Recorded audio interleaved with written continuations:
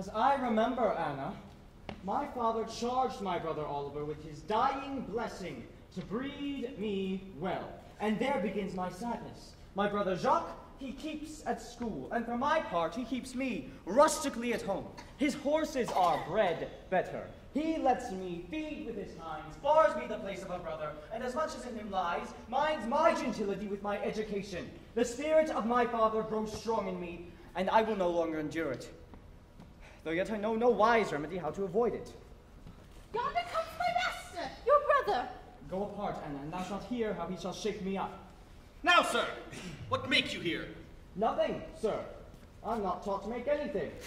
What mar you then, sir? Marry, sir, I'm helping you to mar that which God made, a poor, unworthy brother of yours with idleness. Marry, sir, be better employed, and be not a while. Shall I keep your hogs and eat husks with them? What prodigal portion have I spent that I should come to such penury? Know you where you are, sir? Sir, very well. Here, in your orchard. And know you before whom, sir? I know you are my eldest brother, and you should so know me. You are the firstborn, but I have as much of my father and me as you. What, boy? Come, come, elder brother, you are too young in this. Wilt thou lay hands on me, villain? I am no villain. I am the youngest son of Sir Roland de Bois. He was my father, and he is thrice a villain that such a father begot villains. Wert thou not my brother, I would not take this hand from thy throat. Masters, be patient for your father's remembrance. Be at an accord. Me go, I say! I will not till I please. You shall hear me. My father charged you in his will to give me a good education. You have trained me like a peasant, obscuring and hiding from me all gentlemanlike qualities. The spirit of my father grows strong in me, and I will no longer endure it. Therefore, allow me such exercises as may become a gentleman, or give me the poor a lottery my father left to me by testament. And what will thou do? Beg when that is spent? Oh, now, sir, catch you with. I will not long be troubled with you. Get you with him, you old hag. Is old hag my reward? Most true, I have lost my teeth in your service.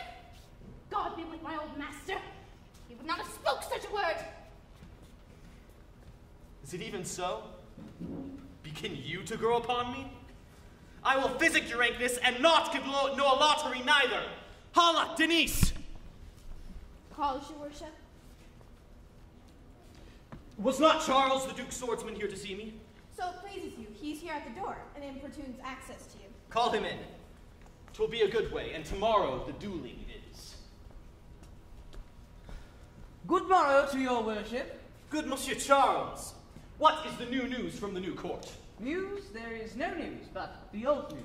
That is to say, the old Duke has been banished by his younger sister, the new Duchess, and 3 or 4 loving lords have put themselves into voluntary exile with him, whose lands enrich the new Duchess. Therefore, she gives them good leave to wander. Can you tell if Rosalind, the Duke's daughter, be banished with her father? No, she is at court, and no less beloved by her aunt than her own daughter, and never 2 ladies loved as they do. And where will the old Duke live?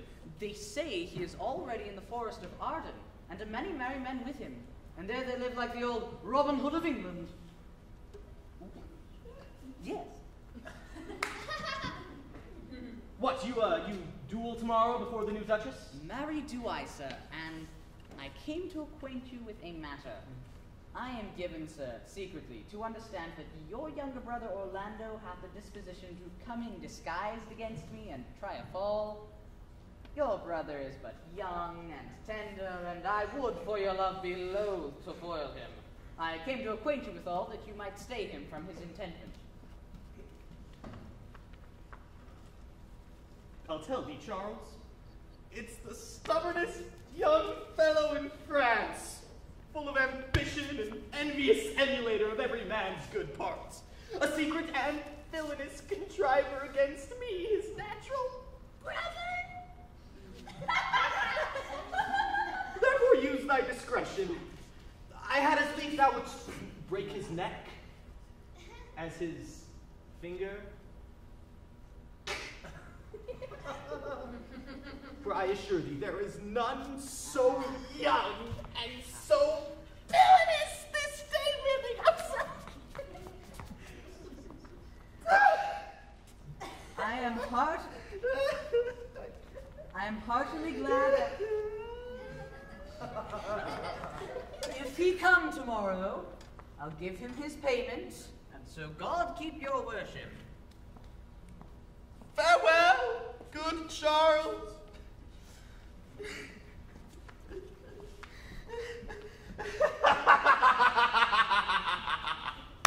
Now I will stir this gamester, for my soul yet I know not why hates nothing more than he. And yet he's gentle, never schooled and yet learned, full of noble device of all sorts, enchantingly beloved, and indeed so much in the heart of the world, and especially of my own people who best know him, that I am altogether misprized. But it shall not be so long. This swordsman shall clear all. I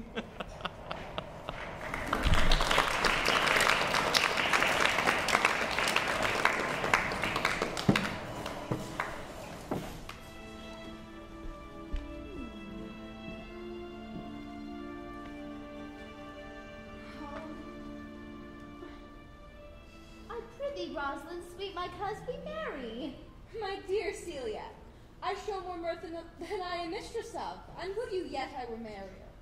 Unless you can teach me to forget to banish father, you must not learn me to remember any extraordinary practice. Hearing I see thou lovest me not with the full weight of that which I love thee, if my uncle, thy banished father, had banished thy aunt, the Duchess my mother, so that thou hadst been so with me, I could have taught my love to take thy father for mine. So wouldst thou, the truth of thy love for me, have been to righteously tempered as mine is to thee. I will forget the condition of my estate to rejoice in yours. You know my mother hath no child but I, nor none is like to have. And truly, when she dies, thou shalt be her heir. For what she hath taken away from my father perforce, I will render thee again in affection. By mine honor I will. And when I break that oath, let me turn monster. Therefore, my sweet Rose, my dear Rose, be merry. From henceforth I will, coz, and for thy sports. Let me see. What think you of falling in love? Oh, Mary, I prithee do to make sport withal, but love no man in good earnest, nor no further in sport neither than with the safety of a pure blush thou mayst in honor come up again. What shall be our sport then?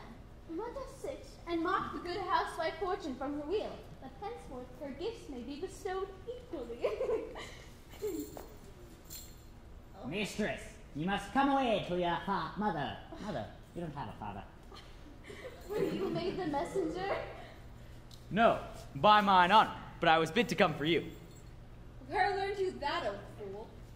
Of a certain knight, who swore on his honor that the mustard was not and the pancakes were good. Now I'll stand to it. The pancakes were not and the mustard was good. It was not the knight forsworn. How prove you that in the great heap of your knowledge? Aye, Mary, unmuzzle your wisdom. Stand ye both forth now. Stroke your chins, and swear by your beards that I am a knave. Oh, by our beards, if we had them, thou art. By my knavery, if I had it, then I were. But if you swear by that, that is not. Ye are not forsworn. No more was this knight swearing by his honor, for he never had any. Or if he did, he had sworn it away long before he ever saw those pancakes or that mustard.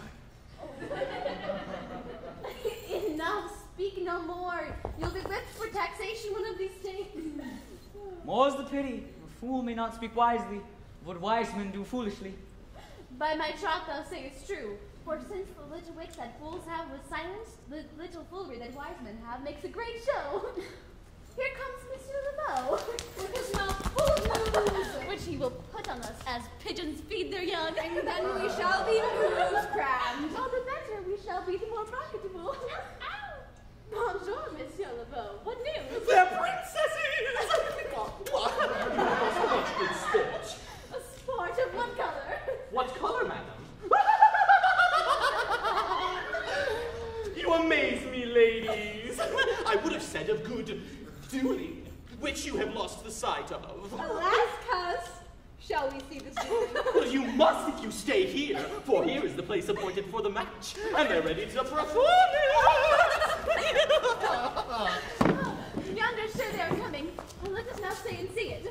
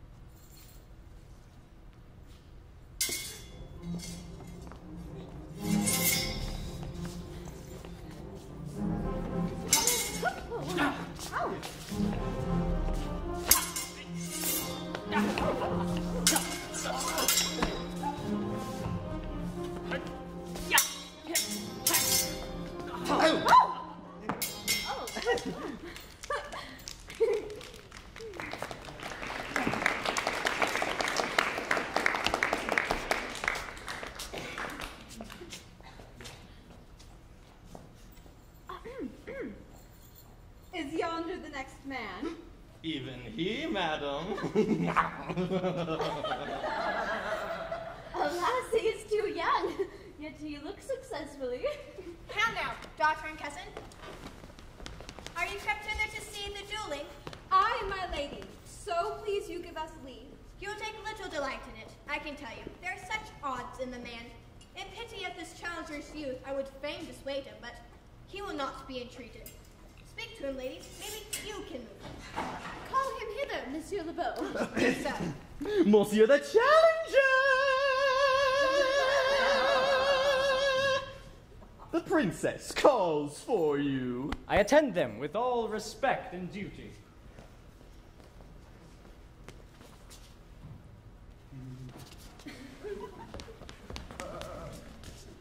Young man, have you challenged Charles the swordsman?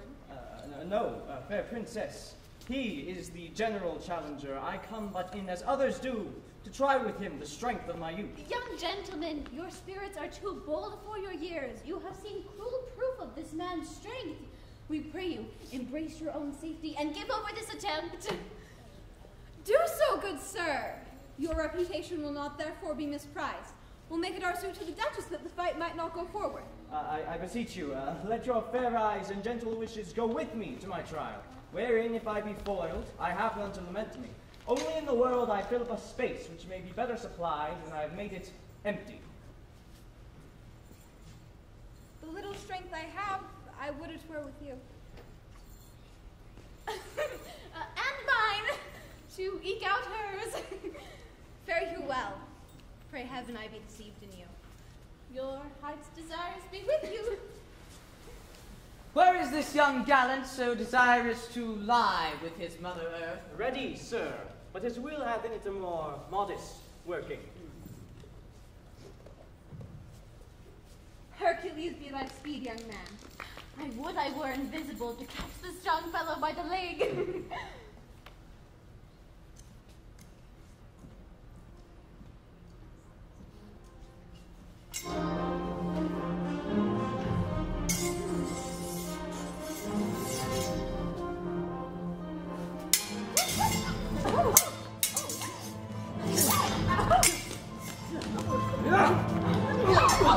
Excellent, Charles.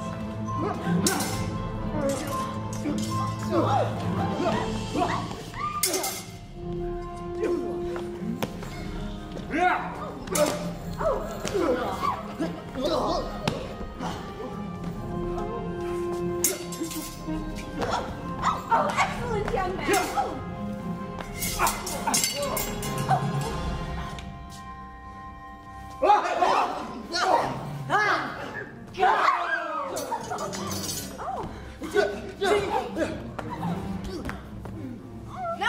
no more. Yes, I beseech your grace. I'm not yet well breathed. How dost thou, Charles?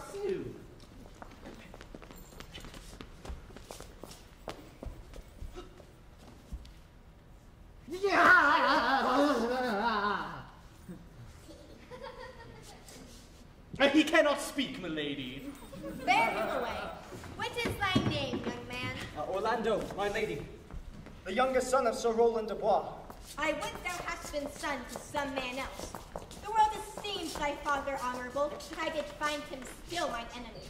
But fare thee well, thou art a gallant youth. I would thou hast told me of another father.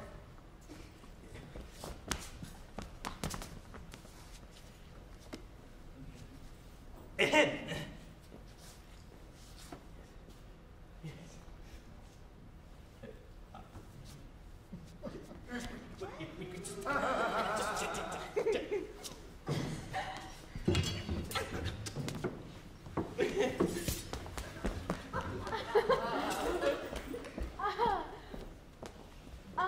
Gentle cousin, let us go thank him and encourage him.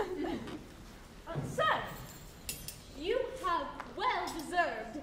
If you do keep your promises in love, but justly as you have exceeded all promise here, your mistress shall be happy.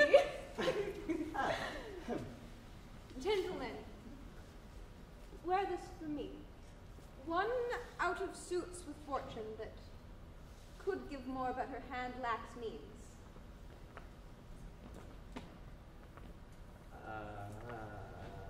Shall we go, Cuss? Aye, fare you well, fair gentlemen.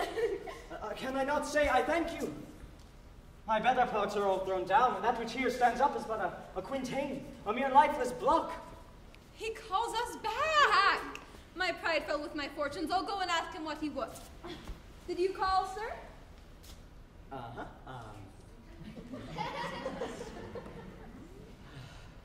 Sir, you have fought well and overthrown more than your enemies.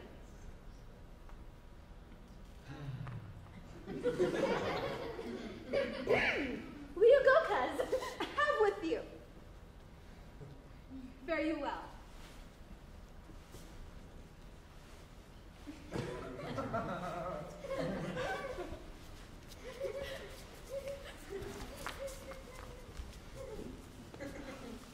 What passion hangs these weights upon my tongue? I cannot speak to her, and yet she urged conference. Poor Orlando, thou art overthrown.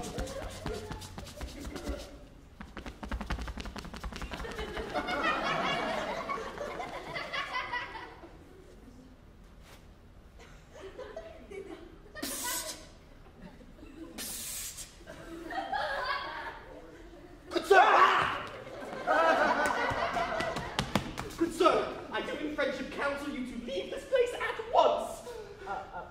I thank you, and prithee tell me this, which of the two was daughter of the Duchess? Well, neither is her daughter, if we speak by manners, that is. One indeed the lesser is her daughter. The other is the daughter to the banished duke, and here detained to keep her daughter company. But I can tell you that as of late, the Duchess hath taken great displeasure against her gentle niece, grounded upon no other argument than the people praise her for her virtues and pity her for her good father's sake. But on my life, her malice against the lady will suddenly break off. Sir, fare you well. I thrust much bound into you very well. Thus must I, from the smoke and into the smother, from a tyrant duchess unto a tyrant brother. But heavenly Rosalind.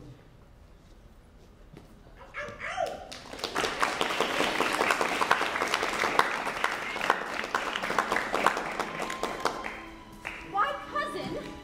Why, Rosalind? Cupid have mercy, not a word! Not one to throw at a dog. No, no, thy words are too precious to cast away upon curs. Throw some of them at me. Come, lay me with reasons. And then there were two cousins laid up. One of them lame with reasons, and the other mad without any. Oh, how full of briars is this working day world! They are but birds, cousin. If we walk not the trodden paths, our very petticoats will catch them. I could shake them if they were in my coats. These birds are in my heart. Come, come, duel with thy affections. Alas, they take the part of a better dueler than myself. A good wish upon you. But let us now speak in good earnest. Is it possible, on such a sudden, thou shouldst fall into so strong a liking with old Sir Roland's youngest son? The Duke, my father, loved his father dearly. Doth it therefore ensue that you should love his son dearly? By this kind of chase I should hate him, for my mother hated his father dearly. Yet I hate not Orlando. No faith, hate him not, for my sake. Why should I not? Doth he not deserve well? Let me love him for that, and do you love him because I do. Here comes the Duchess. Oh, with her eyes full of anger. Mistress, dispatch you at your safest haste and get you from our court. Me, aunt? You, cousin, within these 10 days, if that thou beest found so near our public court as 20 miles, thou diest for it. I do beseech your grace, let me the knowledge of my faults bear with me. Did I offend your highness? Let it suffice thee that I trust thee not. Yet poor mistrust cannot make me a traitor. Tell me whereon the likelihood depends. Thou art thy father's daughter. There's enough. So was I when your highness took his dukedom. So was I when your highness banished him. Treason is not inherited, my lady. Dear sovereign, hear me speak. I know her. If she be a traitor, why so am I? For still we have learned, played, eat together. Wheresoever we went, like Juno's swans, still we were coupled and inseparable. She is too subtle for thee, and her smoothness, her very silence and her patience speaks to the people, and they pity her. Thou art a fool. She robs thee of thy name, and thou wilt show more bright and seem more virtuous when she is gone. Then open not thy lips. For an irrevocable is my doom which I have passed upon her. She is banished. Pronounce that sentence then on me, my lady. I cannot live out of her company. You are a fool. You, niece, provide yourself. If you outstay the time, upon mine honor and in the greatness of my word, you die.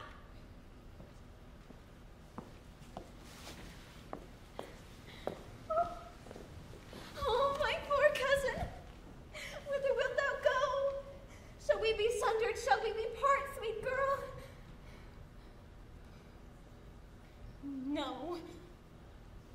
Let my mother seek another heir. Therefore, devise with me how we may fly, whither to go and what to bear with us.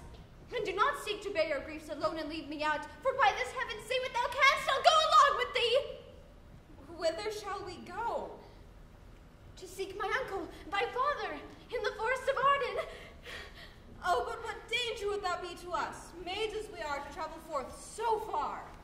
I'll put myself in poor and mean attire, and with a kind of umber smirch my face. The like do you. So shall we pass by and never stir assailants. Would it be not like, since I am more than common tall, that I did dress myself on all points like a man? What will I call thee when thou art a man? Look, you call me Gammon. And what shall I call you? Something with a reference to my state. No longer Celia, but Alien. Nah. Alien, nah. Aliena. Aliena. But, cuz, what if we essay to steal the clownish fool from your mother's court? Would he not prove to be of some comfort on our travel? Oh, he'll go over the whole wide world with me. But let's away and gather our wealth and our jewels together. Devise the fittest time and the safest place to hide from the pursuit that will be made after my flight. Now we go and content to liberty and not to banishment.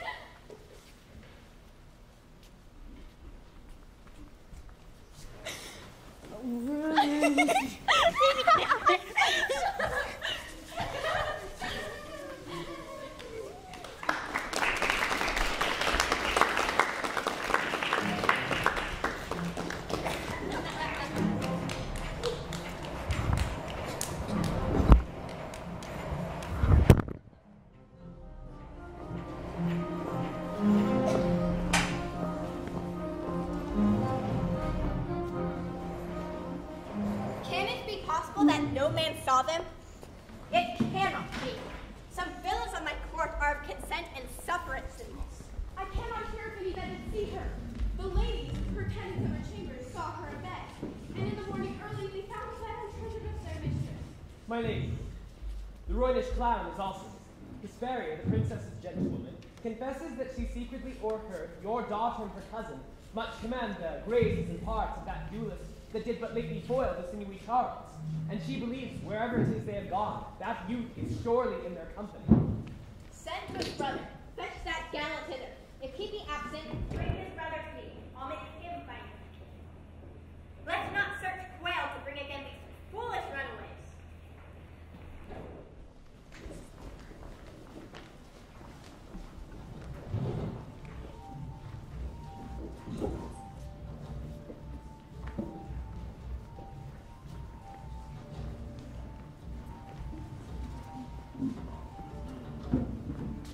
Who's there?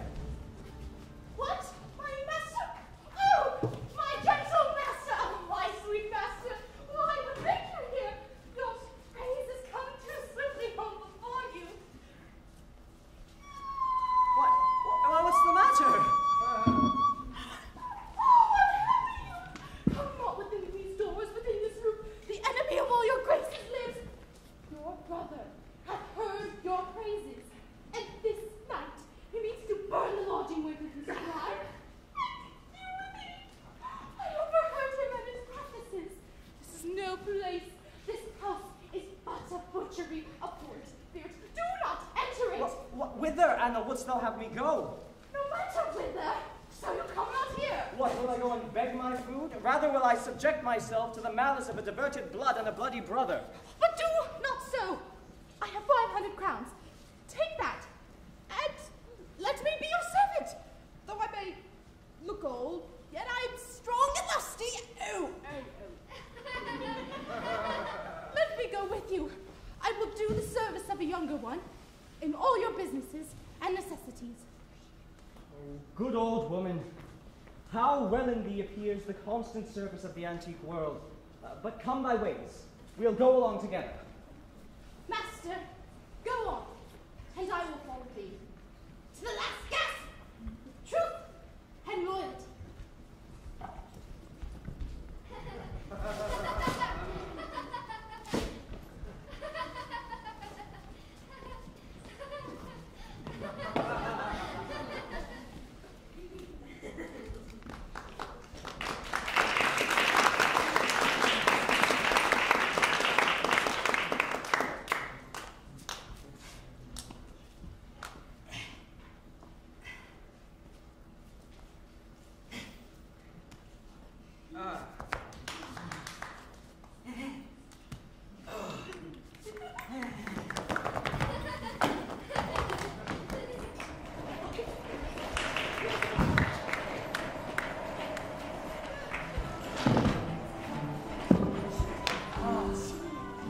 Now, my friends, have not old customs made this life more sweet than that of painted palm? Are not these woods of less peril than the envious court? I would not change it. Happy is your grace that can translate the stubbornness of fortune into so quiet and so sweet a style. Indeed, my lord. Melancholy Jacques. Grieves that.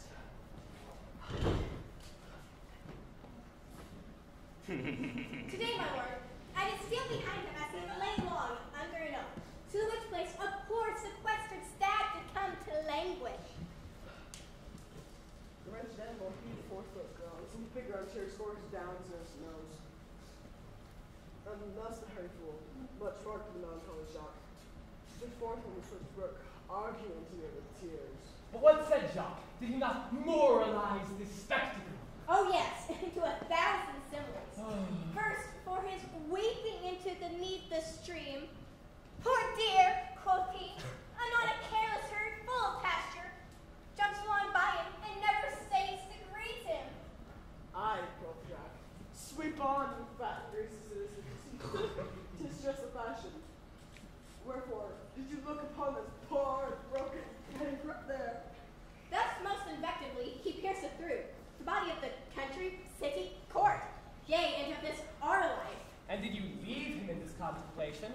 We did, my lord, weeping and commenting upon the sobbing deep.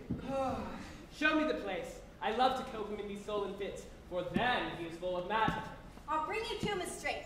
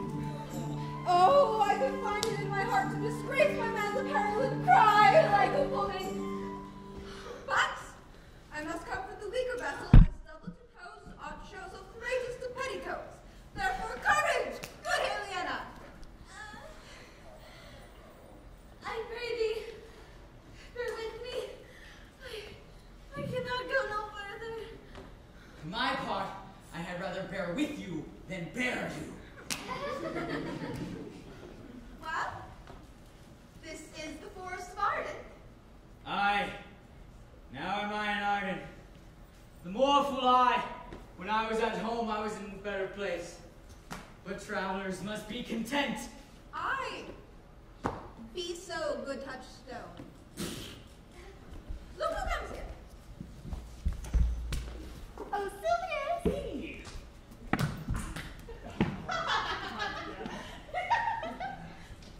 Oh, Corin, but thou knewest how I do love her.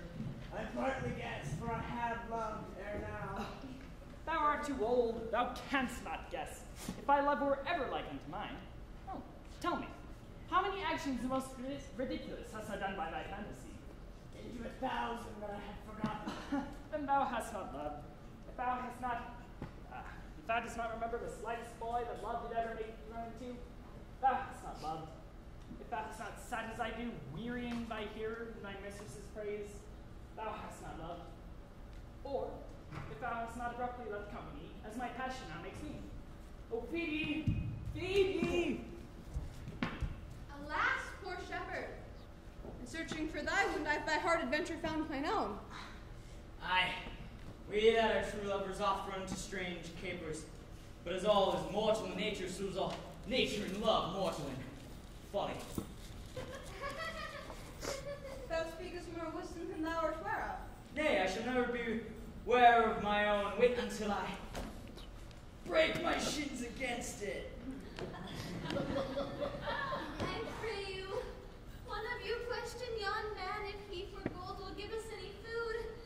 I am faint almost to death. Holla, you clown! Peace, fool! He's not thy kinsman. Who calls? Your betters, sir. Else they're very wretched. Peace, I say. Good even to you, friend. And to you, gentle sir, and to you all. I pray you, if in this desert place can food or entertainment buy with gold, bring us forth to where we may rest ourselves and feed. Here is a young maid with travel much oppressed. Fair sir, I pity her, and wish my fortune was more able to live. But I am a shepherd to another man. Besides, his coat and flocks and downs feed are now on sale. Come see, and my voice most welcome shall you be. Buy thou the cottage, pasture, and flock, and thou shalt have to pay for it of us. And we will mend thy wages. I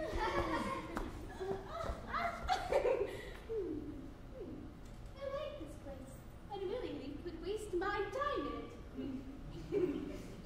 Assuredly the thing is to be so. Go with me. I desire that you be, find what you call right suddenly.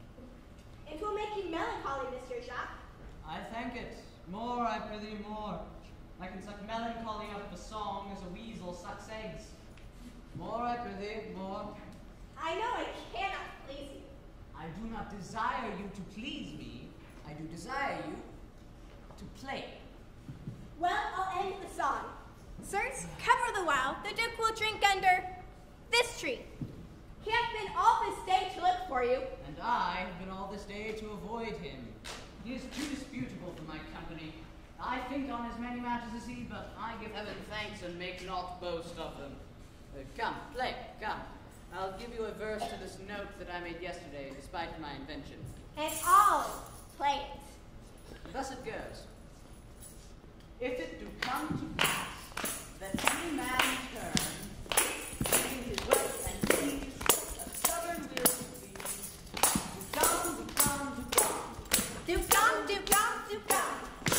Here shall he see draw fools asleep.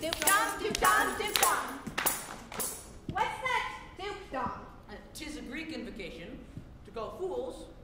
into a circle.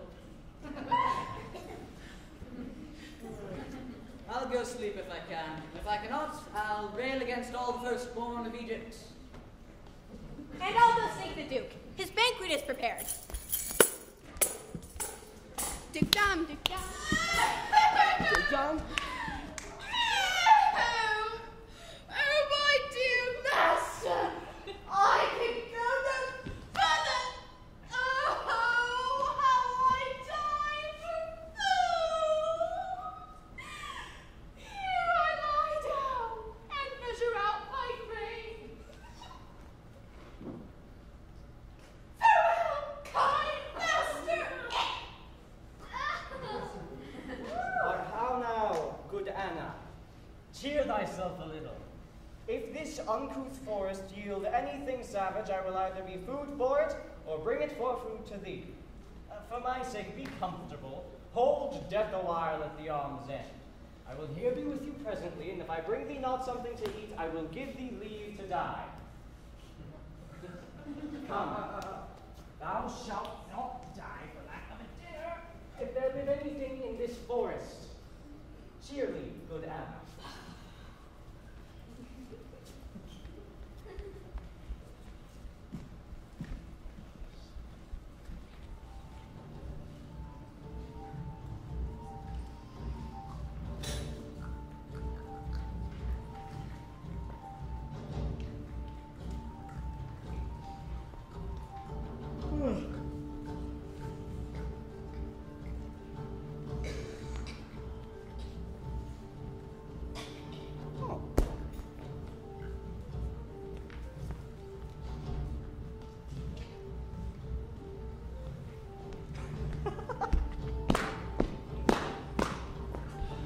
Why, how now, monsieur? What a life is this, that your poor friends must woo your company? What? You look merry. A fool, a fool. I met a fool in the forest, a motley fool, laid him down and basked him in the sun. Good morrow, fool, quoth I. Not so, quoth he. Call me not fool till heaven hath sent me fortune. And then he drew a dial from his coat, and looking on it, says very wisely, it is 10 o'clock. Thus we may see, quoth he, how the world wags. 'Tis but an hour ago since it was 9, and after 1 hour more 'twill be 11. And so from hour to hour we write and write, and then from hour to hour we rot and rot, and thereby hangs the tale. When I did hear the motley fool thus moral on the time, I did laugh sans intermission an hour by his dial. Oh, a noble fool, a worthy fool. Motley's the only wear. What fool is this? Oh, that I were a fool! I am ambitious for a motley coat. Thou shalt have one. Invest me in my motley. Give me leave to speak my mind, and I will through and through cleanse the foul body of the infected world, if they will patiently receive my medicine. Finally, I can tell what thou wouldst do. But who comes here? Forbear, and eat no more. Why, I have eaten none yet. Nor shalt not till necessity be served. Forbear, I say, he dies that touches any of this fruit, till I and my affairs are answered. And you shall not be answered with reason. I must die. What would you have? Your gentleness may move us to force, more than your force move us to gentleness. I almost die for food, and let me have it. Then sit and feed, and welcome to our table. Speak you so gently. Forgive me, I pray you. I thought all things had been savage here, and therefore put I on the countenance of stern commandment. But whatever you are, if ever you looked on better times, know it is to pity, and be pitied. Let gentleness my strong enforcement be, in the which hope I blush and hide my sword. True is it that we have seen better days, and therefore sit you down in gentleness, and take upon command what help we have, that your wanting may be ministered. Then but forbear your food a little while longer. There is an old poor woman who after me hath lived many a weary step in pure love. Till she be first sufficed, I will not touch a bit. Go, find her out, and we will nothing waste till you return. I thank you, and be blessed for your good comfort. Thou seest, we are not all alone unhappy. This wide universal theatre presents more woeful pageants than the scene wherein we play in. All the world's a stage, and all the men and women merely players. They have their exits and their entrances, and a man in his time plays many parts, his acts being 7 ages. First, the infant, mewling and puking in the nurse's arms, and then the whining schoolboy with a satchel and shining morning face, creeping like snail unwillingly to school, and then another, sighing like a hermit with a woeful ballad made to his mistress' eyebrow, and then a soldier, full of strange oaths and bearded like a par, jealous in honor, sudden and quick in quarrel, seeking the bubble reputation even in the cannon's mouth. And then, justice, in full round belly with good cake and lime, with eyes severe and beard of formal cut, full of wide saws and modern instances, and so he plays his part. The sixth age shifts to the lean and slippered pantaloon, with spectacles on nose and pouch on side, his youthful hose well saved, the world too wide for a shrunk shank, and his big manly voice again turned toward childish treble, pipes and whistles in his sound. Last scene of all, to end this strange eventful history, is second childishness and mere oblivion. Sans teeth, sans eyes, sans taste, sans everything. Welcome. Set down thy venerable burden, and let her feed. I thank you most for them. So have you need. Scarce can speak to thank you for myself.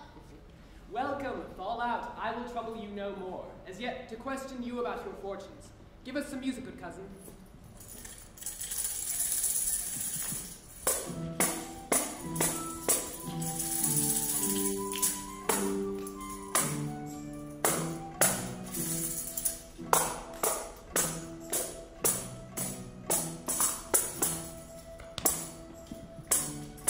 If thou art truly Sir Roland's son, as you have whispered faithfully you were, be truly welcome hither, for I am the duke that loved your father, the residue of your fortune. Go to my cave and tell me. Good old woman, thou art right welcome as thy master is. Support her by the arm. Give me your hand, and let me all your fortunes understand.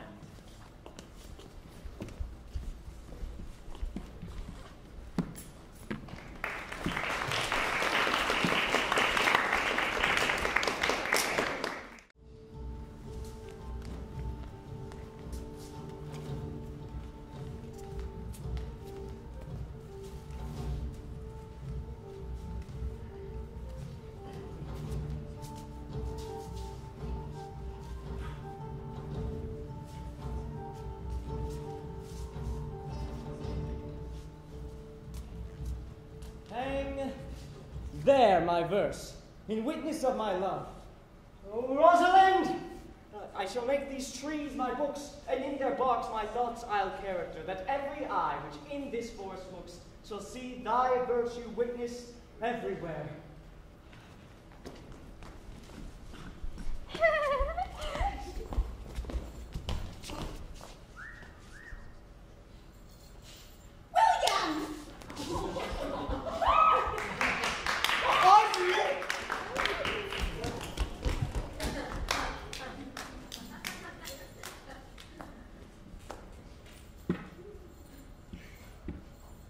And how like you the shepherd's life, Master Touchstone?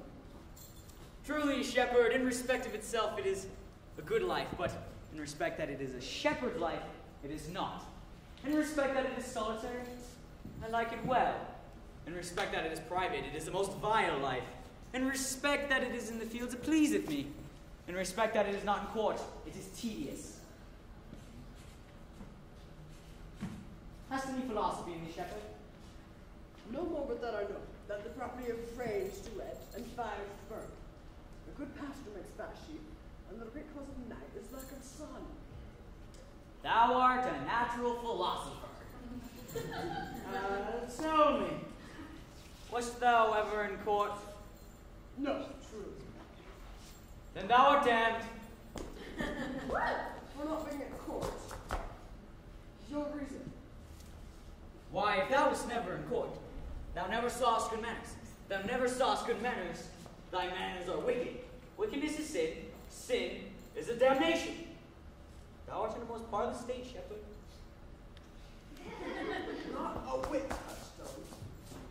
Those that are good manners in the country, those that are good manners in the country, as not the whole country, as the manners of the country, or as the goods of the court. You told me that you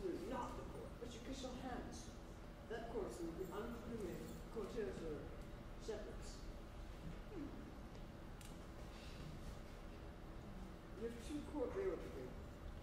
I'll rest. Wilt thou rest dead? God help thee, shallow man.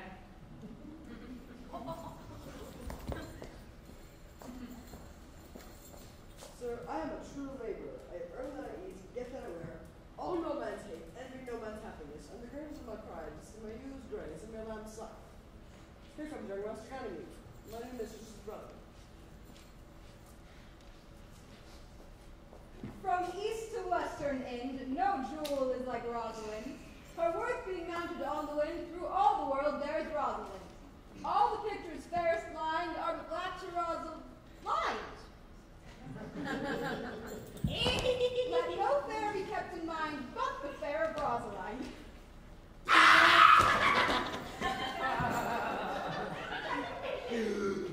I'll ride you so 8 years together. Out, fool. For taste! If a heart do lack a hind, let him stick out Rosaline. If a cat will after kind, so she will. Rosaline!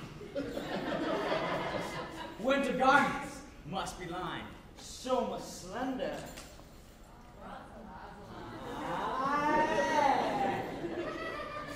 Sweetest nut hath sourest rhyme. Such nut is Rosaline! You're a very false gown of verses, but you infect yourself with them. Peace, you dull fool. I found them on a tree. Truly the tree yields bad fruit. I'll craft it with thee, for you'll be wrong ere you be half right. So you have said. But whether wisely or no, let the forest judge. Peace, stand aside. Helen's cheek, but not her heart. Cleopatra's majesty, Avalanche's better part, sad Lucretia's modesty. Thus, Rosalind, of many parts, through heavenly synod was devised, by many faces, eyes, and hearts, to have the touches dearest prized. Heaven would that she these gifts should have, and I to live and die her slave. Slab.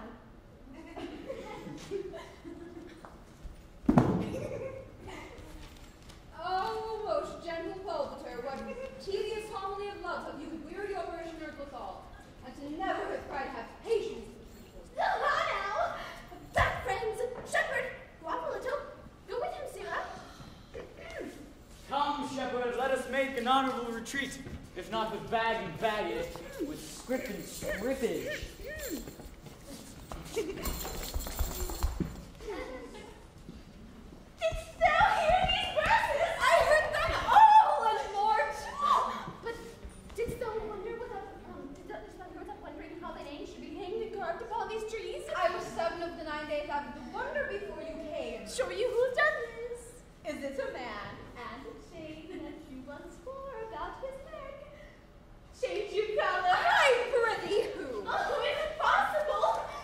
Oh, nay, I prithee with most petitionary vehemence, tell me who it is. Oh, wonderful, wonderful, and most wonderful, wonderful, again, wonderful, and after that, and all hoping.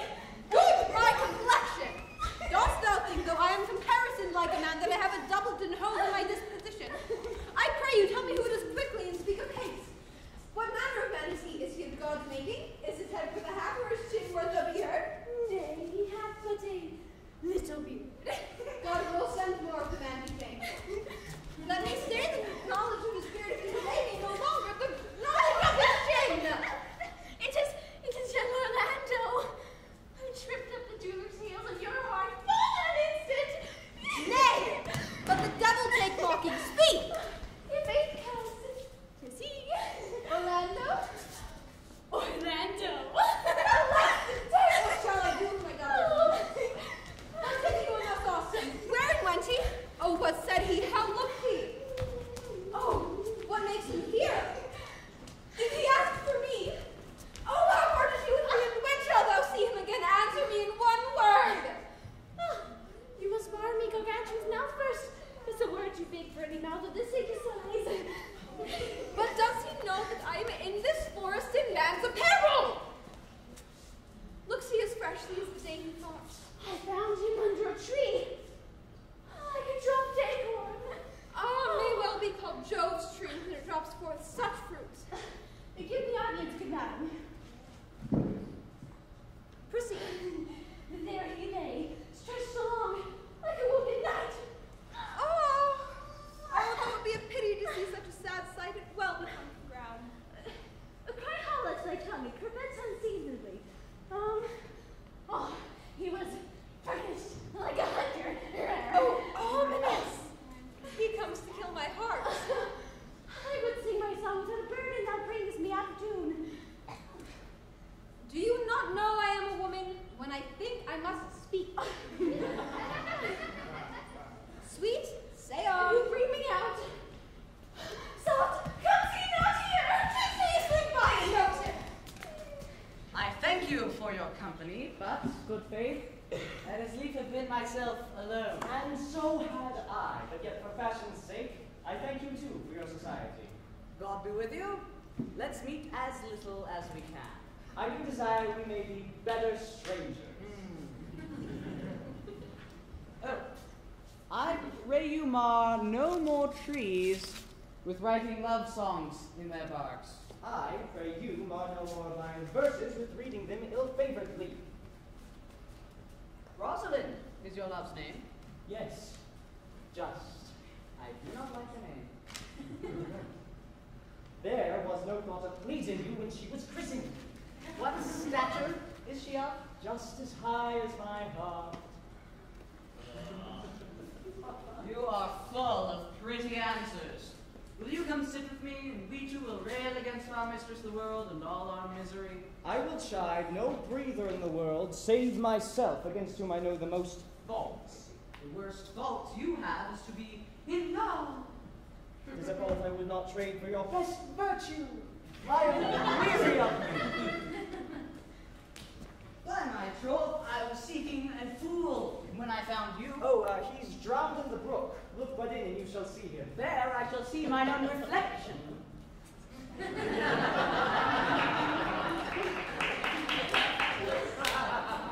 I'll tarry no longer with you.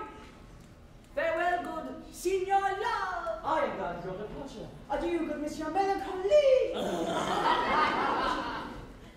I'll speak with him.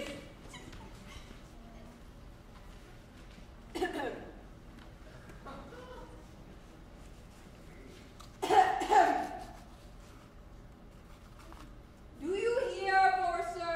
Very well, what would you?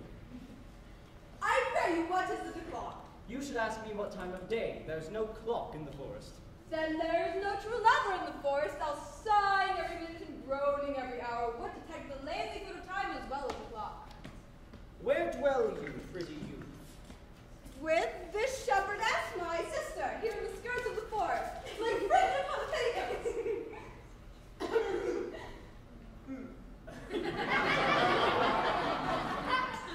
Are you native of this place? Your accent is something finer than you could purchase, and so removed a dwelling.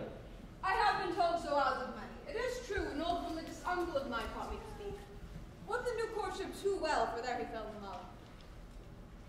But, in good sooth, are you he that reads the verses in the trees wherein Rosalind is so admired?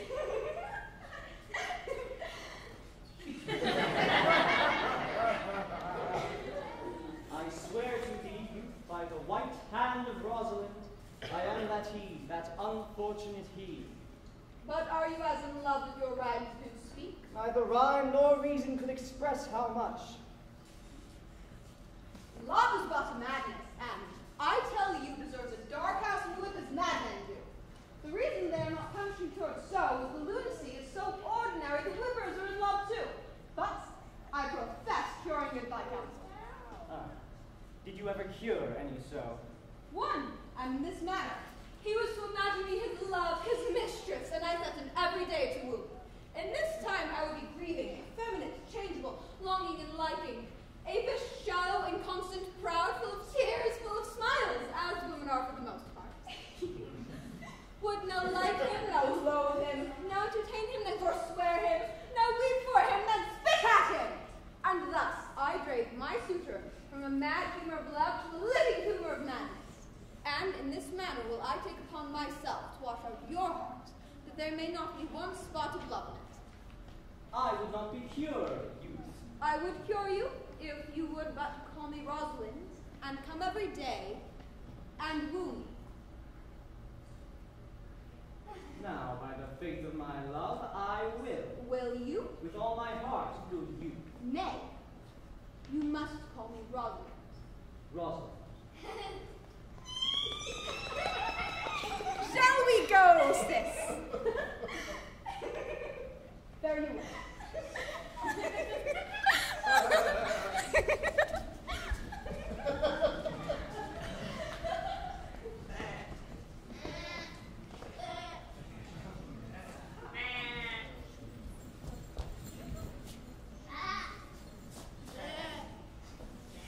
Come apace, good Audrey. Am I the man yet? Doth my simple feature content you? Your features? What features? I am here with thee and thy goats, sheep. The most precious point, honest Ovid, was among the gods. Oh, knowledge ill inhabited, worse than Jove in a thatched house. Truly, I would the gods had made thee poetical. I do not know what poetical is. Is it honest indeed a word? Is it a true thing? No, truly, for the most true poetry is the most feigned, and lovers are often given to poetry. And when they swear in poetry, they may be said as lovers they do feign. Do you wish then that the gods had made me poetical? Truly, for thou tellest me thou art honest. Now, if thou wert a poet, I might have some hope thou didst fail. Material fool. Well, I'm not fair, and therefore I pray the gods make me honest. Truly, to cast honesty upon a foul wench is to put good meat into an unclean dish. I'm not a wretch, though I think the gods are foul. Praise be the gods for thy foulness. But Be as it may be, I will marry thee! and to this end I have been with Sir Oliver Martex, the vicar of the next village, who has promised to meet us here in the stores and couplets. I would fain see this meeting. Well, the gods give us joy! Amen. Here comes Sir Oliver Martex now.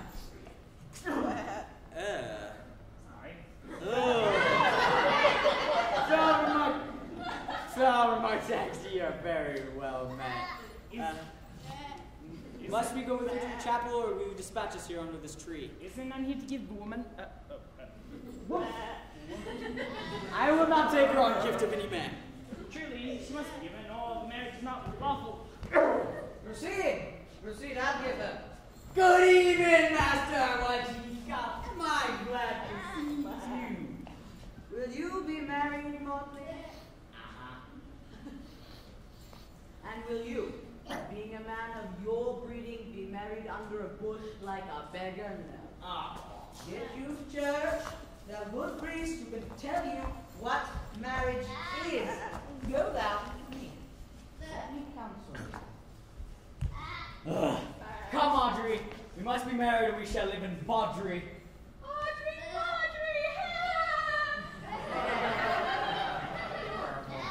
Fare thee well, Oliver Martex. Wind away. Begone, I say. I will not wedding with thee today. Tis my matter, not the knave. Also flout me out my calling. I'm here.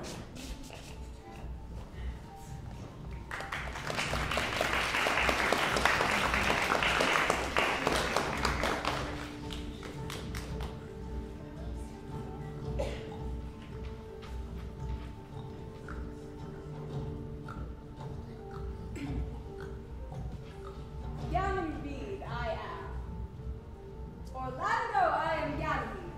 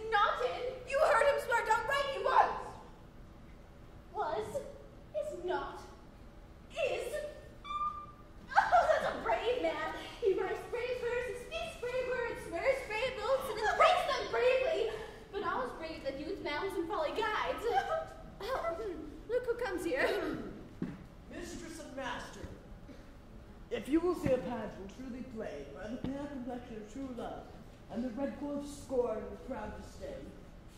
Go hence, little, and I shall conduct you, if you will mark it. Come, let us remove. The sight of lovers feedeth those in love. Bring us to this sight, and you shall say, I'll prove a busy actor in their play. Phoebe! Oh. Phoebe! Sweet Phoebe, do not scorn me. Do not, Phoebe. Say that you love me, but do not say so in bitterness. Why, the common executioner, whose heart accustomed to the sight of death makes hard, falls not the axe upon the humble neck, but first begs pardon. Art thou sterner than he that lives and dies by bloody drops? I would not be thy executioner. I fly thee, for I would not injure thee. Thou tellest me there is murder in mine eye.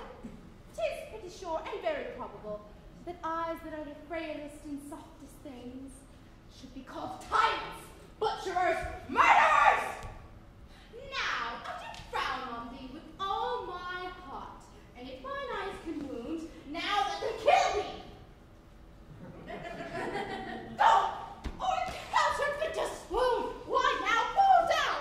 Or if thou canst not, oh, for shame, lie not to say mine eyes are murderers! Now show the wound mine eye hath made in thee, scratch thee but with the pin, and there remains some scar of it.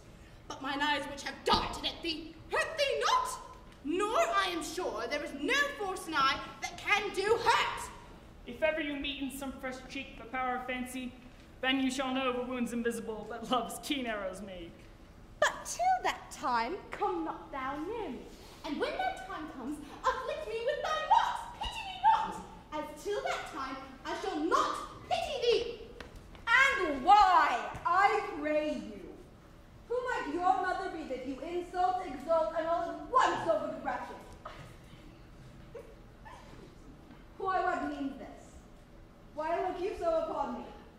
I see no more in you than in the ordinary of nature's cell. Oh, my little life! I think she needs to tangle my eyes too. Hope, proud mistress. Hope not after it. And you, foolish shepherd, wherefore do you follow her? Thou art 1,000 times a properer man than she a woman. Why, 'tis such fools as you that make this world full of ill-favored children. 'Tis not her glass that flatters her, but you. Mistress, know yourself. Down on your knees and think heaven fasting for a good man's love. For, I must tell you friendly in your ear, sell when you can. You are not for all markets. Cry the man mercy. Love him. Take his offer. So, take her to thee, shepherd. Fare you well. Oh, sweet youth, I pray you, chide a year longer. I had rather hear you chide than this man woo. He's fallen in love with your foulness. And she'll fall in love with my anger. If this be so, as soon as she sauces thee with frowning looks, I'll get her with bitter words. Why look you so upon me? For no ill will, I bear you. I pray you, do not fall in love with me, for I am falser than vows made in wine. Besides, I like you not. Shall we go, sister? Shepherd, ply her hard. Come, sister. And shepherdess, be not proud, though all the world could see. None could be so abused in sight as he. Come to our flock. Whoever loved, that loved not at first sight. Sweet Phoebe? What sayest thou, Silvius? Sweet Phoebe, pity me. Why, I am sorry for thee, gentle Silvius. By sorrowing at my grief and love, by giving both your sorrow and my grief were both exterminated. Thou hast my love, is that not neighborly? I would have you. Oh, why that were covetousness? Silvius, the time was that I hated thee, and yet it is not that I bear thee love. But since that thou canst talk of love so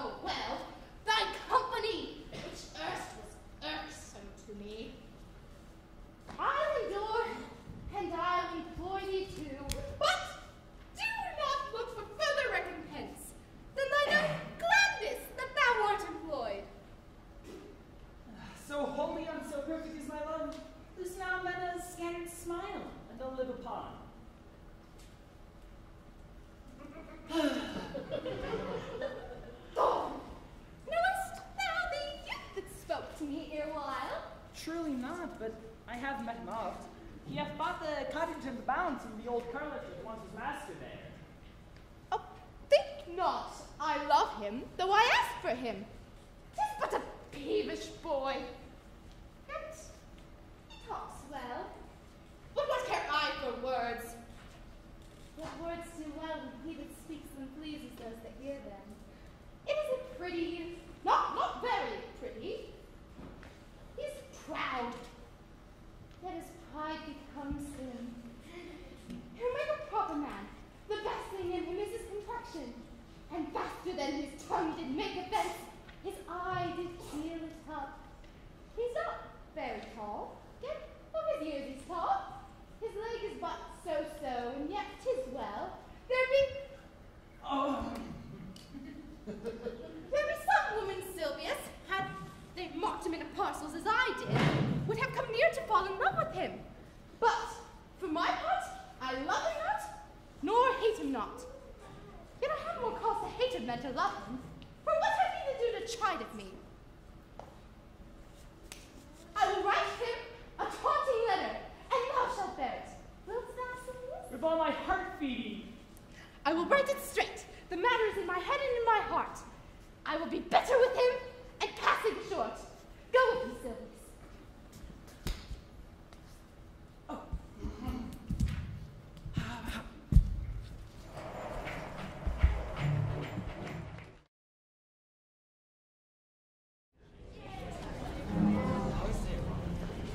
Not seen him since.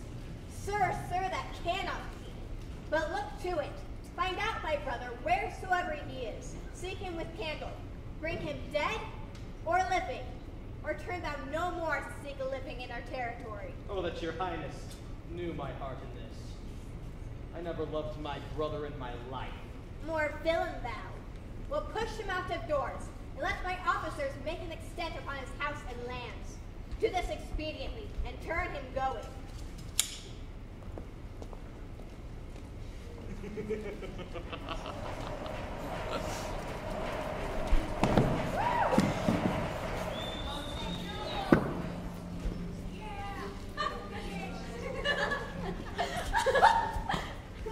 Falser than vows made in wine.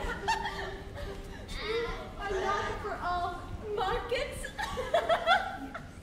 I like you.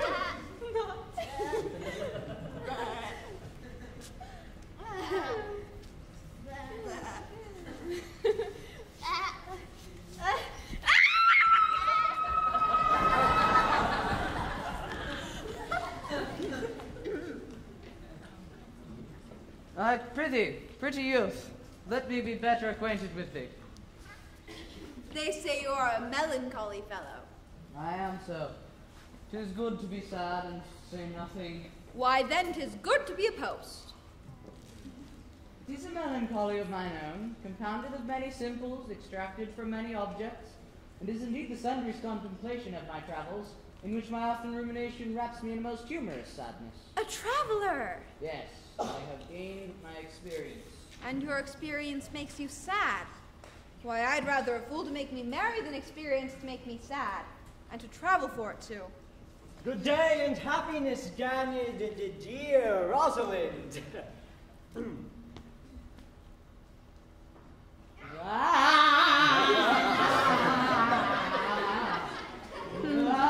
Nay, then God be with you, and you speak in blank verse. Fare you well, good Monsieur Traveler. And you, Orlando, you be a lover and you serve me such another trick.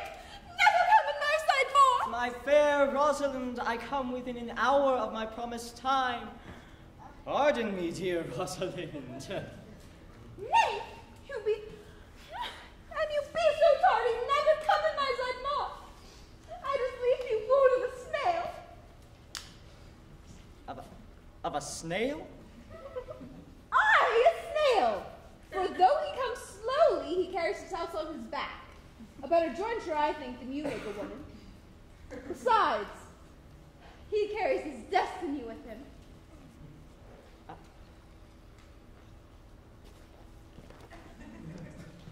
Come, woo me, for now I will be your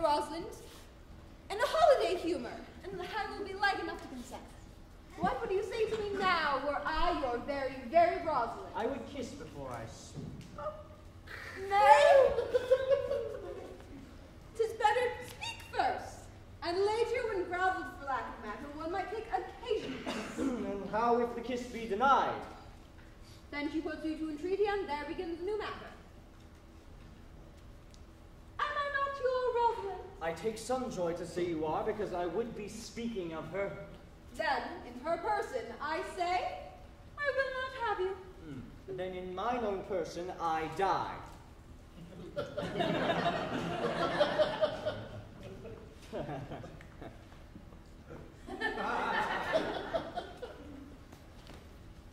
Bleh.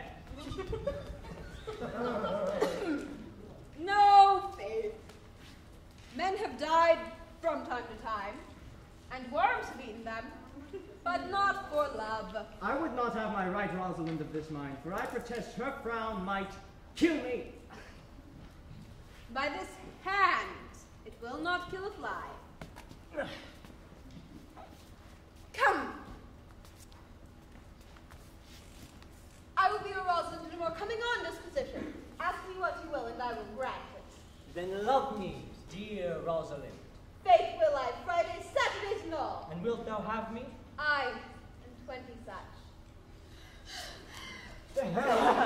What sayest thou? Are you not good? I hope so. How then can one desire too much of a good thing? Come, sister, you be the priest and marry us. What say you? I pray thee, marry us. I cannot say the words. You must begin. You, Orlando, Do you, Orlando, take this Rosalind to wife? I do. Aye, but when? Why now, as fast as she can marry us? Then you must say I take thee Rosalind for wife. I take thee Rosalind for wife. And I do take thee Orlando for my husband.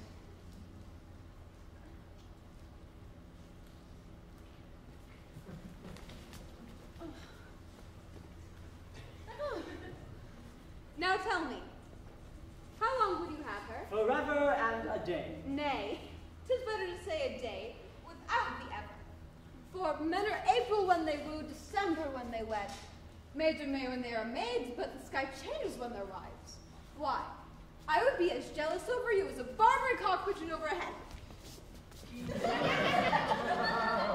As clamorous as a parrot against rain.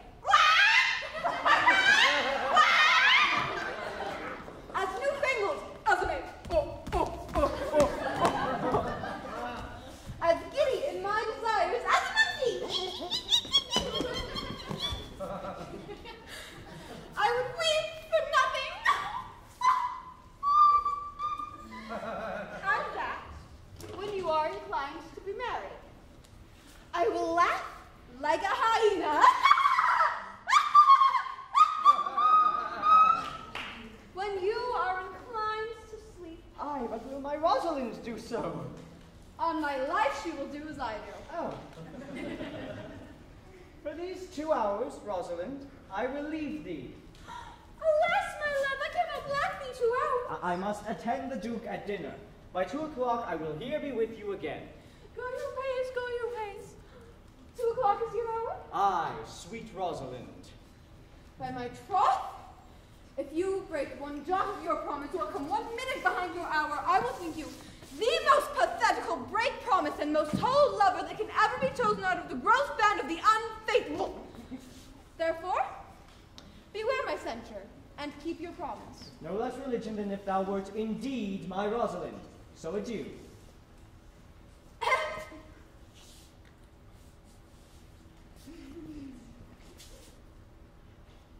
As time is the old justice that examines all such offenders, let time try.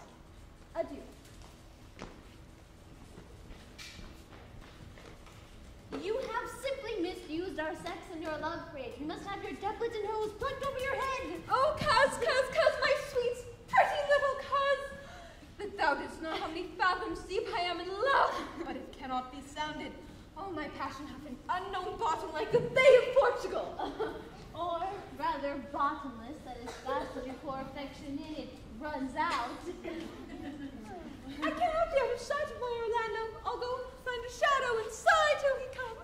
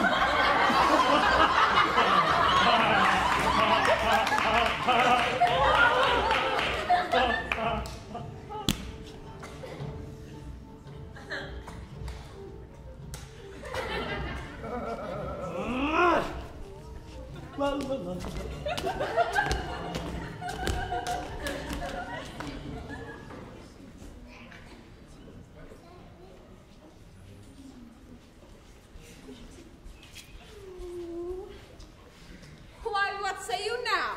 Is it not past 2 o'clock? And here, much Orlando. I warned you, he hath taken his bow and his arrows and is gone forth to sleep. Oh, look who comes here. My message is for you, fair youth. Now, I pray, my dear Phoebe bid me give you this.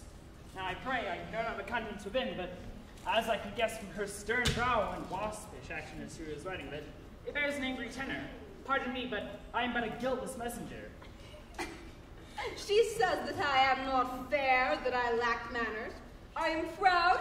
She could not love me were manners rare as Phoenix.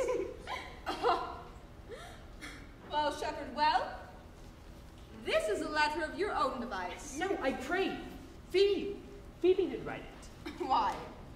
It's a boisterous and a cruel style. Will you hear it? Truly, for I have not heard it yet heard too much of Phoebe's cruelty. She Phoebe's me.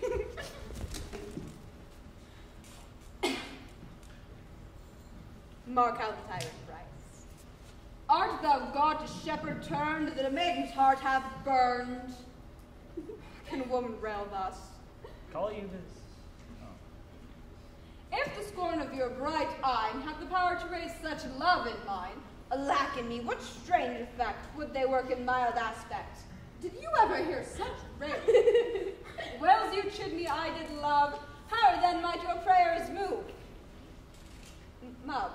He that brings this love to thee little knows this love in me, and by him seal up thy mind whether that thy youth unkind will be the faithful offer take of me and all that I can make, or else by him my love deny, and then I'll study how to die. Call you this chiding? Alas, poor shepherd. Do you pity him?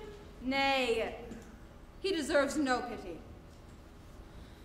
Wherefore would you follow such a woman? Well, go thy way to her, for I see love hath made thee a tame snake. But tell her this, that if she loves me, I charge her to love thee. If she will not, I will not have her unless thou entreat for her.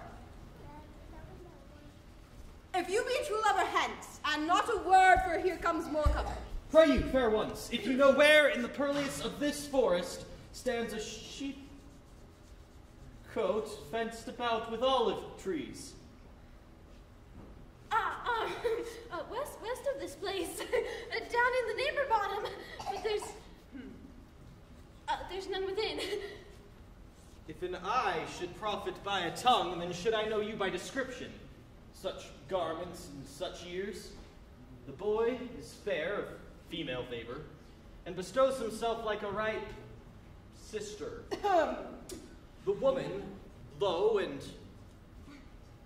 browner than her brother. Are not you the owners of the house I did inquire for? It is no boast to say we are. Orlando doth commend him to you both, and to that youth that he calls his Rosalind, he sends this bloody napkin. Are you he? I am. What are we to understand by this? Some of my shame. I would that you would know what I am, and how and why and where this handkerchief was stained. I pray you, tell it. Okay. When last the young Orlando parted from me, he left a promise to return again. Under an oak, a wretched, ragged man lay sleeping on his back. A lioness lay couching, head on ground, with cat-like watch. This seen, Orlando did approach the man, and found it was his brother, his elder brother. Oh, I have heard of him speak of that same brother, and he did render him the most unnatural that lived amongst men. And, well, he might do so. For, well, I know he was unnatural. But what of Orlando? Did he leave him there food to the hungry lioness? Twice he did turn his back and proposed so. But kindness, nobler ever than revenge, and nature, stronger than his just occasion, made him give battle to the lioness, who quickly fell before him. This in which, hurtling from a miserable slumber, I awaked. Are you his brother? Was it you he rescued? Was it you that did so oft contrive to kill him? 'Twas I, but 'tis not I. I do not shame to tell you what I was, since my conversion so sweetly tastes, being the thing I am.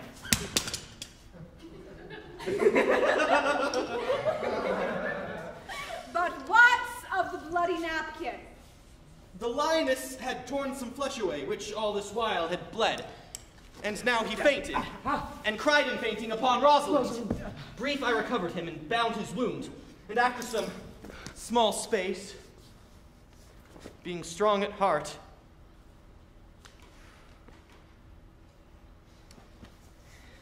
he sent me hither, stranger as I am, to tell this story that you might excuse his broken promise, and to deliver this napkin dyed in his blood to the shepherd youth that he in sport doth call his Rosalind.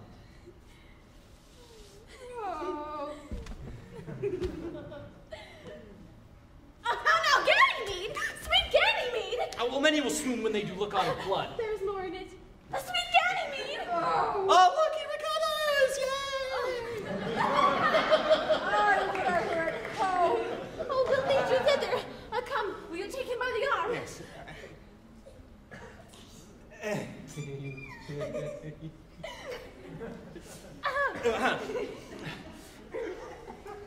Oh, be of good cheer, you a man. You lack a man's heart. I do so, I confess it. Ah, sir, I thought you would think this was well counterfeited. I pray you, tell your brother how well I counterfeited. Well, sir, take a noble heart and counterfeit to be a man. I do so. But I tell you, I should have been a woman by right. Oh, come, you look paler and paler. We'll draw homewards. Good sir, go with us. That I will, for I must bear answer how you excuse my brother, Rosalind. I will think of something to that effect. But for now, tell your brother how well I counterfeited. I hope.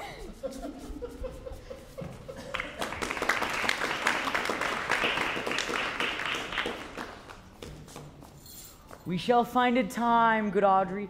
Patience, gentle Audrey. Faith, the priest was good enough for all the old gentlemen say. Oh, a most wicked sir of our text, a most vile of our text, Audrey. But, Audrey, there is a youth here in the forest who lays claim to you.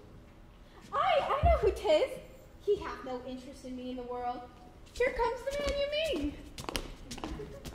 It is meat and drink of me to see a clown. By my troth, we that have good wits have much to answer for. We would be flouting. We cannot hold.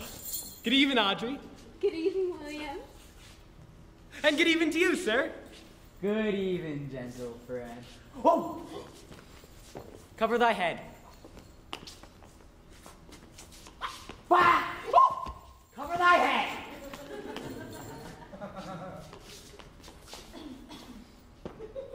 Prithee, be covered.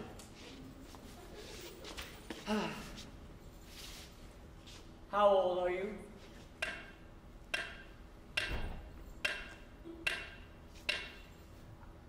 25, sir. A ripe age. Is thy name William? William, sir. A fair name. Was born in the forest here? Aye, sir, and thank God. Thank God. Good answer. Art thou rich? So. So, it is good, very excellent good. Yet, it is not, for it is but so. Art thou wise? Aye, sir. I have a pretty wit. That doth remind me of a saying. The fool doth think he is wise, but the wise man doth know himself to be a fool. You do love this maid? Aye, sir, that I do. Give me your hand. Art thou learned? No, sir. Then learn this. Then learn this of me. To have is to have. It is a figure in rhetoric of those that drink. By pouring out of the glass into the cup, by filling one doth empty the other. Now all your riders consent that you are Ips, but you are not Ips, for I am he. Which he, sir? He that must marry this woman. Therefore, you clown, abandon. Which, abandon,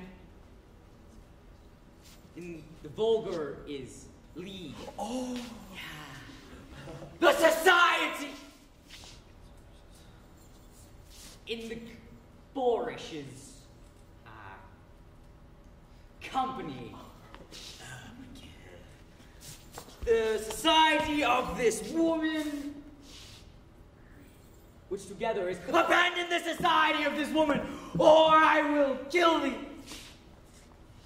Or to thy better understanding, diest, perishest, translate thy life into death, to wit I kill thee, I will kill thee 150 ways. Therefore, tremble and depart. Do, good William. God rest thee merry, sir.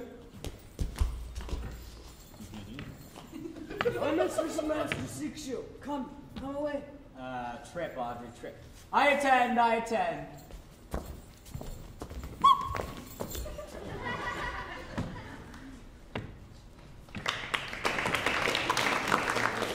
Is it possible that on so little acquaintance you should like her, but seeing you should love her, and loving woo, and wooing she should grant? Neither call the giddiness of it in question, the poverty of her, the sudden consenting, my sudden wooing, nor her sudden consenting. But say for me that I love Aliena! And say for her that she loves me. It'll be to your good. For my father's house and all the revenue that was old Sir Roland's will I bestow upon you. You have And here, live and die a shepherd. You have my consent. Go and prepare Aliena. Let your wedding be tomorrow. Thither will I invite the Duke and those contented followers. Go prepare you, Aliena, for look you, here comes my Rosalind. God save you, brother. And you, fair sister.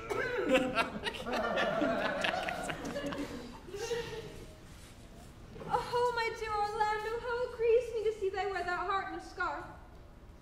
It is my arm. I thought your heart had been wounded by the claws of a lion. Wounded it is, but with the eyes of a lady.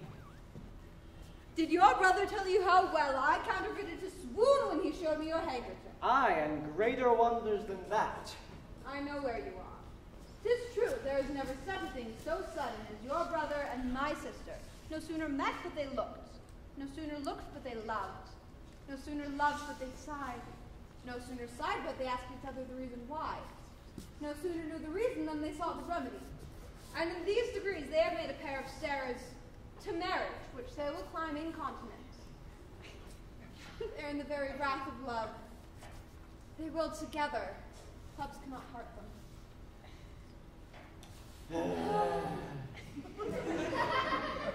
They will be married tomorrow, and thither will I invite the Duke to nuptial. But oh, how bitter a thing it is to look into happiness through another man's eyes. By so the much more I feel that tomorrow I shall be at the height of my heart heaviness, thinking my brother happy in having what he wishes for. Why then tomorrow I cannot serve your turn for Rosalind. I can live no longer by thinking. I will weary you no longer with idle talking.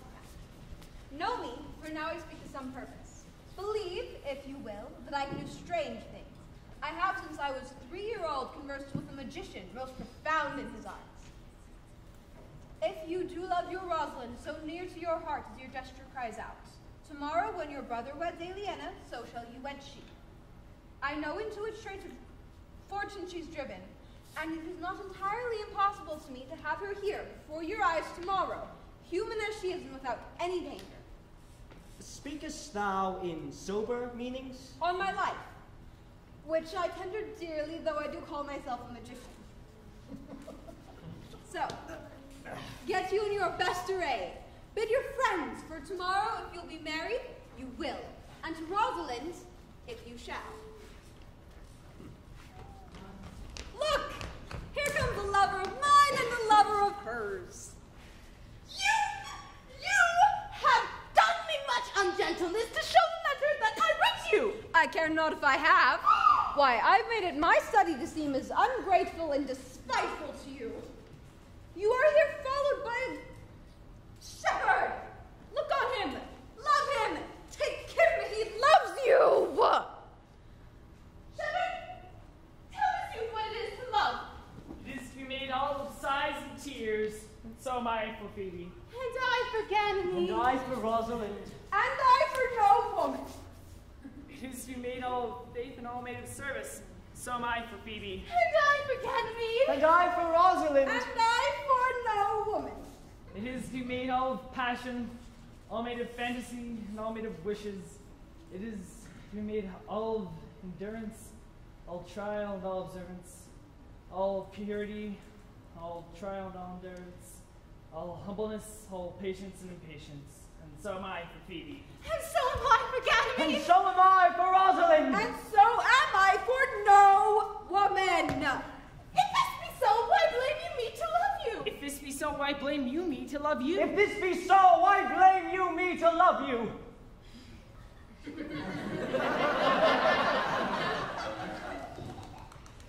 Who do you speak to? To her that is not here, nor doth not hear. Have a kind executioner. I pray you, 'tis like the very howling of Irish wolves against the moon. I will help you, if I can. I would love you, if I could. So tomorrow meet, all together. I will marry you if I ever wed woman, and I shall be married tomorrow. I will satisfy you if I ever satisfied man, and you shall be married tomorrow. I will content you if what contents you pleases you, and you shall be married tomorrow. As you love Rosalind meets, as you love Phoebe meets, and as I love no woman, I'll meet. So, fare you well. I've left you commands. I'll fail not if I live. Nor I. Nor I.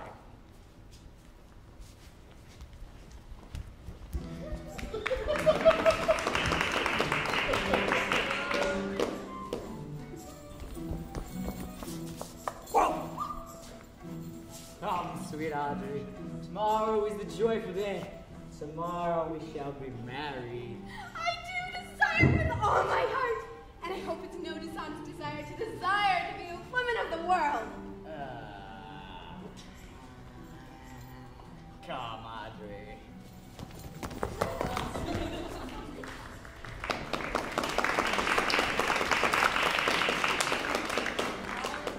Dost thou believe, Orlando, that the boy can truly do all this that he hath promised? I sometimes do believe, and sometimes do not. As those that fear, they hope, and know they fear. Patience, once more, whilst this compact is urged. You say that if I bring your Rosalind here, you'll bestow her on Orlando. That would I, had I kingdom to give with her. You say that you'll have her when I bring her. That would I, if I were of all kingdoms king. You say that you'll marry me if I'll have you. That will I, should I die the hour after. But if you deny me, you shall put yourself on this most faithful shepherd. So is the bargain. You say you'll have her if she be willing. Though to have her and death were both one thing. I have promised to make all this matter even. Hence I go to make these doubts all even. That shepherd boy, lively touches of my daughter's favor. My lord, when I first looked on that shepherd boy, methought he was a brother to your daughter, but this boy is forest-born, and hath in the rudiments of many desperate studies been tutored by an uncle, one he claims to have been a great magician, enclosed in the circle of this forest. There is surely a flood coming toward, and all these couples to the ark. Here come a pair of strange beasts, which in all tongues are called fools. Salutations and greetings to you all. Ah, good, my lord. Bid him welcome. This is the motley-minded gentleman that I have met so oft in the forest. He hath been a courtier, he swears. If any man doubteth, let him put me to my purgation. I have trod a measure. Flattered a lady. Been politic with my friend, smooth with mine enemy. I have undone 3 tailors, fought 4 quarrels, and would have liked to battle 1. And, how was that taken up? Upon a lie 7 times bear your body more seemingly, Audrey. As thus, sir, I did dislike the cut of a certain courtier's beard. He sent word that if I did dislike it, he was in the mind it was cut well. This is the retort courteous. If again I sent word that it was not well cut, he replied that he cut it to please himself. This is the quip modest. If again I sent word it was not well cut, he disabled my judgment. Ugh. This is the reply churlish. If again I sent word it was not well cut, he answered I spake not true. This is the reproof valiant. If again I sent word it was not well cut, he said I lied. This is the countercheck quarrelsome. And so to the lie circumstantial and the lie direct. And how oft did you say his beard was not well cut? Oh, I dare not go past the lie circumstantial, nor does he go further than the lie the lie direct. What? So, we measured swords and parted ways. And can you nominate in order now the degrees of the lie? I can, sir. First. The retort courteous. Second. The quip modest. Third. The reply churlish. Fourth. The reproof valiant. Fifth. The countercheck quarrel. Sixth. Lie circumstantial. 7. The lie direct! All of these you can avoid but the lie direct. And even then you can avoid the lie direct with an if. As if you said so, then I said so. Much virtue in if. If is your only peacemaker.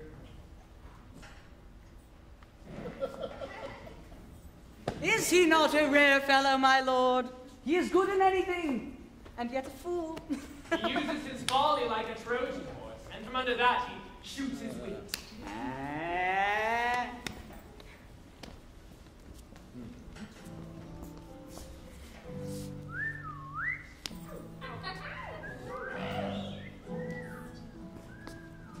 If truth be in sight, you are my daughter. To you I give myself, for I am yours. Welcome, my niece, even daughter truly, in no less degree.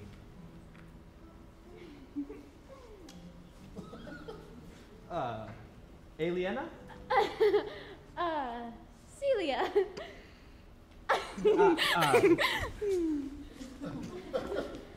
To you I give myself, for I am yours. If there be any truth in sight, you are my Rosalind.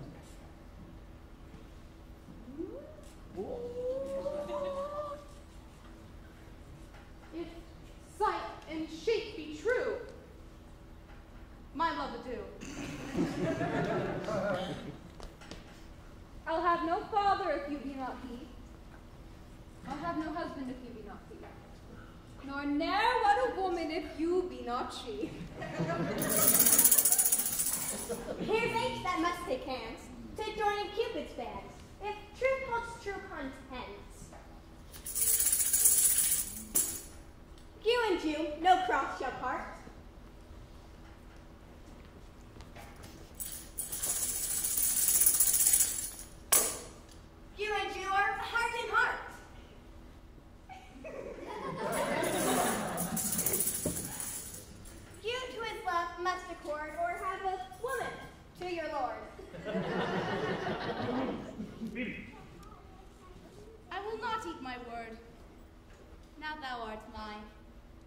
and fancy to thee doth combine.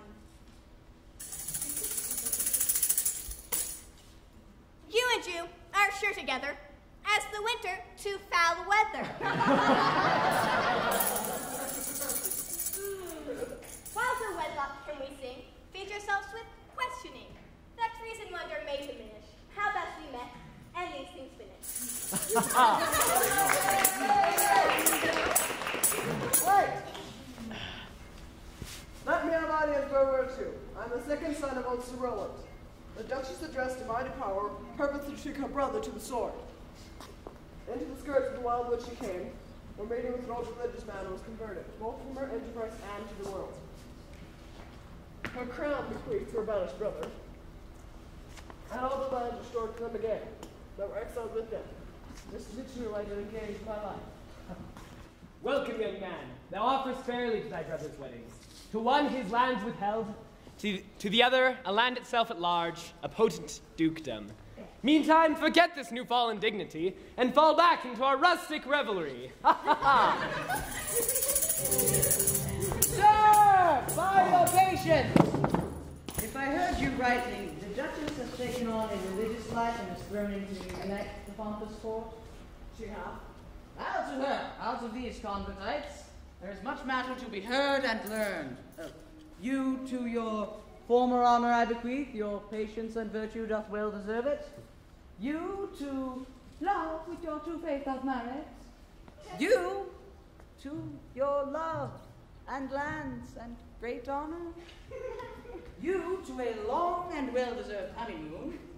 And you to wrangling. Your loving voyage is but 2 months. So, to your pleasures, I am for other than dancing measures. Stay, Jacques, stay. No.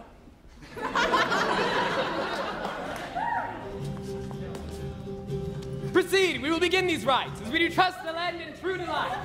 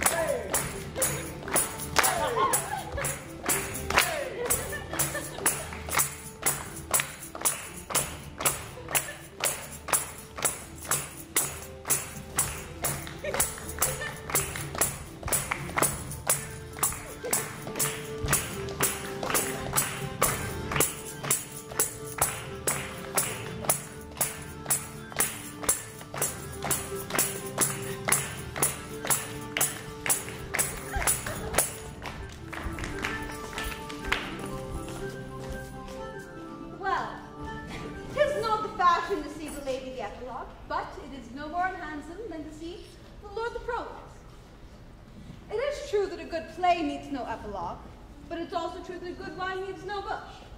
And to good wines they do use good bushes. And a good play proves all the more better through use of a good epilogue. What a case am I in then, that I'm neither a good epilogue nor can insinuate with you on behalf of a good play. Since I am not furnished like a beggar, to beg will not become. My way is to conjure you, and I'll start with the women. Oh, women, for the love you bear to men, I pray you like as much of this play as pleases. And, oh, men, for the love you bear to women, as I perceive by your simpering that none of you hates them, that between you and your women the play may please. Oh, if I were a woman, I would kiss as many of you as had beards that pleased me, complexions that I liked, and breaths that defied not. So, I know that as many of you that have good beards, or nice faces, or sweet breaths, when I make my curtsy, bid me farewell.